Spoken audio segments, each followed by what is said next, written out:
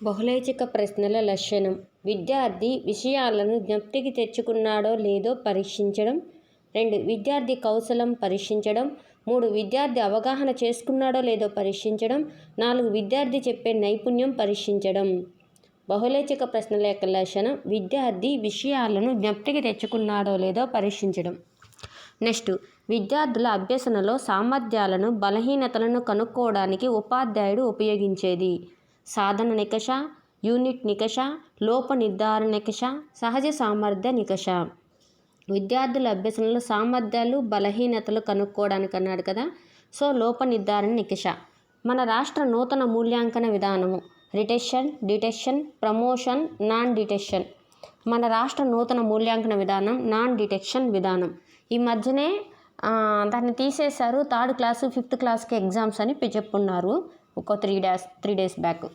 ప్రస్తుతానికి మన మెథడాలజీ ప్రకారం మన రాష్ట్ర నూతన మూల్యాంకన విధానం నాన్ డిటెన్షన్. నెక్స్ట్, ప్రస్తుతం తరగతిలో ఉపాధ్యాయుడు అనుసరించవలసిన మూల్యాంకన పద్ధతి. ప్రస్తుతం తరగతిలో ఉపాధ్యాయుడు అనుసరించాల్సిన మూల్యాంకన పద్ధతి: సమగ్ర మూల్యాంకనం, నిర్మాణాత్మక మూల్యాంకనం, సమస్య నిర్ధారక మూల్యాంకనం, అంశాల వారీ మూల్యాంకనం. ప్రస్తుతం తరగతిలో అనుసరించాల్సింది సమగ్ర మూల్యాంకనం. అంటే విద్యార్థి యొక్క జ్ఞానాన్నే కాదు, అన్నిటినీ, వాడి యొక్క కరిక్యులర్ యాక్టివిటీస్ని కూడా అబ్జర్వ్ చేయాలి. దాన్ని అన్నిటినీ అబ్జర్వ్ చేస్తే దాన్ని సమగ్ర మూల్యాంకనం అంటారు. అంటే జ్ఞానాన్నే కాదు, మిగతా ఉంటాయి కదా, భావావేశ రంగాలని, మానసిక చలనాత్మక రంగాలని, ఇట్లా అన్నిటినీ కలిపి మూల్యాంకనం చేయాలి. అలా చేయడాన్ని సమగ్ర మూల్యాంకనం అంటారు. విషయనిష్ట పరీక్షలకు ఒక ఉదాహరణ: వ్యాసరూప ప్రశ్నలు, నిజం అబద్ధం ప్రశ్నలు, లఘు సమాధాన ప్రశ్నలు, సంక్షిప్త ప్రశ్నలు. విషయనిష్ట పరీక్షలు అంతే, అడిగిన దానికి చెప్పాడు అంతే. ఏంటది? నిజం అబద్ధం ప్రశ్నలు. నెక్స్ట్, లక్ష్యాన్ని ఖచ్చితంగా పరీక్షించడానికి ఉపయోగపడే ప్రశ్న: లక్ష్యాత్మక నికష, వ్యాసరూప నికష, సంక్షిప్త నికష, ప్రాయోగిక నికష. అది లక్ష్యాన్ని అని వాడే చెప్పాడు కాబట్టి లక్ష్యాత్మక నికష.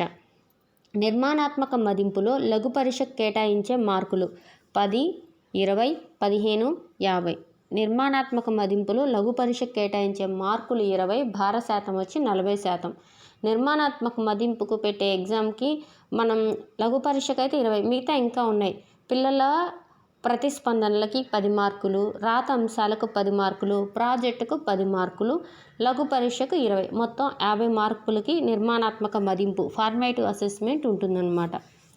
నెక్స్ట్, నిర్మాణాత్మక మదింపులో రాత అంశాలను మూల్యాంకనం చేసేది: పోర్ట్ఫోలియో, విద్యార్థుల డైరీ, టీచర్ డైరీ, నోట్ పుస్తకాలు. నిర్మాణాత్మక మదింపులో రాత అంశాలను మూల్యాంకనం చేసేది టీచర్ డైరీ. మామూలుగా విద్యార్థుల రాత అంశాలకు 10 మార్కులు కేటాయించామన్నాం కదా. ఏమేమి వస్తాయంటే రాత అంశాల కిందకి ఈ పోర్ట్ఫోలియో వస్తుంది, విద్యార్థుల డైరీ వస్తుంది, నోట్ పుస్తకాలు వస్తాయి. ఇవన్నీ కూడా విద్యార్థులకు సంబంధించిన రాత అంశాలు. వీటన్నిటిని మూల్యాంకనం చేసేది ఎవరు? టీచరు. ఆమె అన్నిటినీ ఎలా నోట్బుక్ ఎలా ఉంది, వాటి రెస్పాన్స్ ఎలా ఉంది, క్లాస్ డైరీ మెయింటైన్ ఎలా చేసుకుంటున్నాడు, ఇలా ఉంటాయి కదా, అవన్నీ చూసుకుంటుంది అనమాట. నోట్ పుస్తకము, తర్వాత వాళ్ళ విద్యార్థులకు కూడా డైరీ ఉంటుంది. ఆ డైరీటిని, సంఘటన రచనని, నిర్ధారణ మాపనలు, వీటన్నిటినీ బేస్ చేసుకుని రాత అంశాలను తీసుకుంటారనమాట. వీటన్ని మూల్యాంకనం చేసేది ఎక్కడా అని అడిగాడు. రాత అంశాలను మూల్యాంకనం చేసేది ఏంటంటే టీచర్ డైరీ. సో నిర్మాణాత్మక మదింపులో ఉపయోగించే సాధనాలు: ప్రశ్నావళులు, రాత అంశాలు, ప్రాజెక్ట్ పనులు, లఘు పరీక్ష. ఇందులో నిర్మాణాత్మక మదింపులో ఉపయోగించేటి ఏంటంటే రాత అంశాలు, ప్రాజెక్ట్ పనులు, లఘు పరీక్ష. ప్రశ్నావళులు కాదండి. ఇక్కడ ఇంకొకటి మిస్ అయింది నిర్మాణాత్మక మదింపులు. ఏంటి? విద్యార్థుల ప్రతిస్పందనలు కూడా ఉంటుంది, కానీ దానికి బదులు ప్రశ్నావళులు ఇచ్చాడు. సో ప్రశ్నావళులు రాంగు. నిర్మాణాత్మక మదింపుకి రాత అంశాలు, ప్రాజెక్టు పనులు, లఘు పరీక్ష. రాత అంశాలకు 10 మార్కులు, ప్రాజెక్టుకు 10 మార్కులు, లఘు పరీక్షకు 20 మార్కులు. నెక్స్ట్, విజ్ఞాన శాస్త్రంలో రాష్ట్ర విద్యా ప్రణాళిక చట్టం 2011 ప్రకారం విద్యా ప్రమాణాల్లో 2వది విషయావగాహన, సమాచార నైపుణ్యం ప్రాజెక్టులు, ప్రశ్నించడం, పరికల్పనలు చేయడం, ప్రయోగ నిర్వహణ, క్షేత్ర పరిశోధనలు. అసలు మొత్తం ఎన్నండి? రాష్ట్ర విద్యా ప్రణాళిక పరిధి చట్టం 2011 ప్రకారం విజ్ఞాన శాస్త్ర విద్యా ప్రమాణాలు ఎన్ని? మొత్తం 6. వాటిని AS1, AS2, AS3, AS4, AS5, AS6 అని చూపిస్తారు. What is AS academic standard. అట్లా ఫస్ట్ది ఏంటి? విషయ అవగాహన.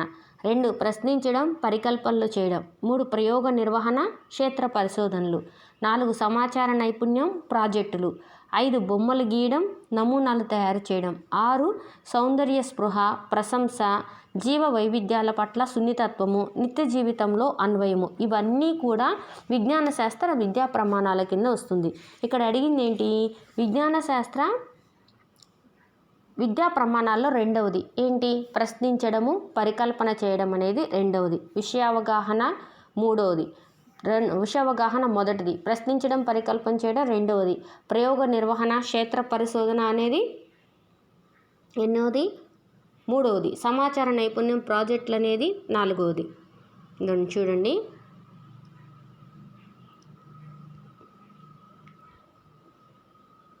ఓకే, నెక్స్ట్ బిట్ చూద్దాం. సంగ్రహణాత్మక మదింపులో తయారు చేసే నికషలో అవగాహనకు ఇవ్వవలసిన భార శాతం. అవగాహన అంటే ఏంటి? విషయ అవగాహన. సంగ్రహణాత్మక మదింపులో తయారు చేసిన నికషలో అవగాహనకి ఇవ్వవలసిన భార శాతం 10, 20, 40, 30. అవగాహన అనేది దేని కిందకు వస్తుందండి? విషయ అవగాహనకు. అత్యధిక మార్కులు ఇచ్చేది కూడా మనం విషయ అవగాహనకే. మొత్తం 40 మార్కులు ఇస్తాం దానికి. అంటే విషయ అవగాహనకి ఎన్ని మార్కులు ఇస్తాము? 40% ఇస్తాము. తర్వాత ప్రశ్నించడానికి, పరికల్పనకు 10% ఉంటుంది. తర్వాత ప్రయోగ నిర్వహణ, క్షేత్ర పరిశోధనకు 15%, సమాచార నైపుణ్యం, ప్రాజెక్టుకు 10%, బొమ్మలు గీయడం, నమూనాలు తయారు చేయడానికి 15%. ఇది ఉంటుంది కదా, సౌందర్య స్పృహ, ప్రశంస, జీవ వైవిధ్యం పట్ల సున్నితత్వం, ఇలాంటి దానికి 10% ఇవ్వాలన్నమాట. అంటే అత్యధిక పర్సంటేజ్ దేనికి ఇస్తున్నామంటే విషయ అవగాహనకి ఇస్తున్నాం. ఇక్కడ అడిగాడేంటి? అవగాహనకి ఇవ్వాల్సిన భార శాతం ఎంత అంటే 40. నెక్స్ట్, సంగ్రహణాత్మక మదింపులో ఈ విద్యా ప్రమాణానికి అధిక భార శాతం కేటాయించాలి. విషయ అవగాహనకు, సమాచార నైపుణ్యం, ప్రాజెక్టులకు, ప్రశ్నించడం, పరికల్పన చేయుటకు, తర్వాత ప్రయోగ నిర్వహణ, క్షేత్ర పరిశోధనలకు. ఇప్పుడే చెప్పుకున్నాం. దేనికి అత్యధిక మార్కులు కేటాయించాడు? అత్యధిక భారత్వ శాతం కేటాయించాడు. విషయ అవగాహనకి 40% ఇచ్చాడు. చూడండి, సమాచార నైపుణ్యం, ప్రాజెక్టుకి 10%, ప్రశ్నించడం, పరికల్పన చేయటకి 10%, ప్రయోగ నిర్వహణ, క్షేత్ర పరిశోధనకి 15%. నెక్స్ట్, కొలవవలసిన విషయాన్ని ఖచ్చితంగా కొలవగలిగిన పరీక్షకు ఉండే లక్షణము. విశ్వసనీయత, లక్ష్యాత్మకత, ప్రామాణికత, ఆచరణాత్మకత. కొలవవలసిన విషయాన్ని ఖచ్చితంగా కొలవగలిగిన పరీక్షకు ఉండే లక్షణం ప్రామాణికత. దీనికి ఏం లేదు, వెయిట్ మిషన్ ఎక్కాం, మనకు వెయిట్ చెప్తే చాలా, ఇంకేం చేయలేదు. సో వెయిట్ మిషన్ వెయిట్ చెప్తే దాన్ని ప్రామాణికత అంటాం. అంటే తను చేయాల్సిన పని తను చేయడం అంతే. నెక్స్ట్, ఒక విషయం మీద వారాంతంలో 2 పర్యాయాలు పరీక్ష నిర్వహించినప్పుడు ఒకే మార్కులు వస్తే ఆ పరీక్ష డాష్ని కలిగి ఉంది.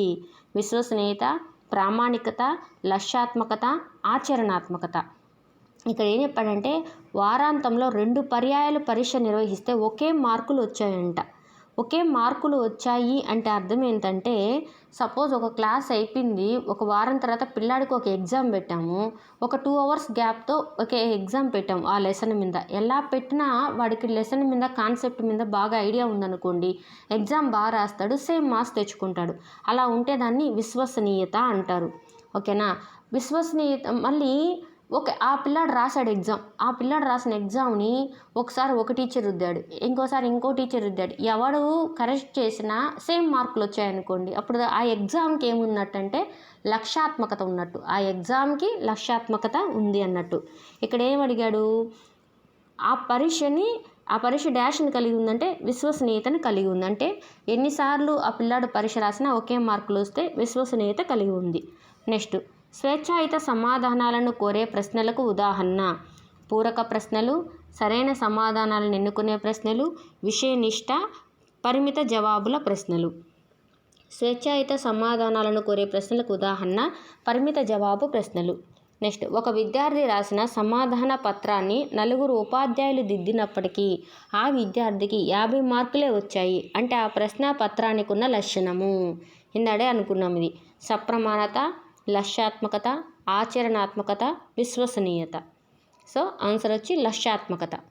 ఈ ఒక నికష పత్రాన్ని ఏ ఇద్దరు పరీక్షకులు ఒకేసారి లేదా ఒకే పరీక్షకుడు వేర్వేరు సమయాల్లో గణన చేసినప్పుడు ఒకే విధమైన మార్కులు వస్తే ఆ పత్రానికి ఉన్న విశిష్ట లక్షణము సప్రమాణత, లక్ష్యాత్మకత, ఆచరణాత్మకత, విశ్వసనీయత. ఏంటి లక్ష్యాత్మకత? ఎందుకంటే ఒక పేపర్ని ఎంతమంది కరెక్ట్ చేసినా ఇంకాసేపు తర్వాత కరెక్ట్ చేసినా ఒకే మార్కులు వస్తున్నాయంటే దానికి లక్ష్యాత్మకత ఉంది అని. అదే ఒక పిల్లాడినో ఇంకొకరినో ఎన్నిసార్లు ఎగ్జామ్ పెట్టినా ఒకే మార్కులు వస్తుంటే దానికి విశ్వసనీయత ఉంది అని అర్థం అనమాట. విశ్వసనీయత ఉంది అంటే లక్ష్యాత్మకత ఉన్నట్టే. అలాగని లక్ష్యాత్మకత ఉంది అంటే విశ్వసనీయత ఉండాలని అవసరం లేదు. నెక్స్ట్, ఉత్తమ నికష లక్షణాల్లో అత్యుత్తమ లక్షణము ప్రామాణికత, ఉపయోగకరం, లక్ష్యాత్మకత, ఆచరణాత్మకత. ఉత్తమ నికష లక్షణాల్లో అత్యుత్తమ లక్షణం ఏంటంటే ప్రామాణికత. నువ్వు ఒక నికష ఎందుకు పెడతావు, ఒక ఎగ్జామ్ ఎందుకు పెడతావు? నీకు పిల్లాడు ఆ పాఠంలో పరిపూర్ణత సాధించాడా లేదా, ఆ బోధనా లక్ష్యాలు నెరవేరాయా లేదా తెలుసుకోవడానికి ఎగ్జామ్ పెడతావు. ఆ ఎగ్జాము ఎందుకు పెట్టావో అదే తెలుసుకుంటే దాన్ని ప్రామాణికత అంటాడు. నువ్వు ఎగ్జాము పిల్లాడు పాఠం గురించి ఎగ్జామ్ పెడితే వాడు ఇంకేదో రాస్తే దానికి ఉపయోగం లేదనుకోండి, అట్లాంటప్పుడు దానికి ప్రామాణికత లేదన్నట్టు. సో మనం ఒక ఎగ్జామ్ పెడుతున్నామంటే ప్రామాణికత కోసం, విద్యార్థి యొక్క సమగ్ర మూల్యాంకనం చేయడం కోసమే మనం ఎగ్జామ్ పెడతాం. సో ఒక ఉత్తమ నికష అంటే అది ప్రామాణికతను కలిగి ఉండాలి. నెక్స్ట్, బ్లూ ప్రింట్లో సూచించలేని భారత్వ పట్టిక విషయ భారత్వ పట్టిక, విద్యా ప్రమాణాల భారత్వ పట్టిక, కఠిన స్థాయి భారత్వ పట్టిక, ప్రశ్నల వారి భారత్వ పట్టిక. బ్లూ ప్రింట్లో సూచించలేని భారత్వ పట్టిక వచ్చి కఠిన స్థాయి భారత్వ పట్టిక.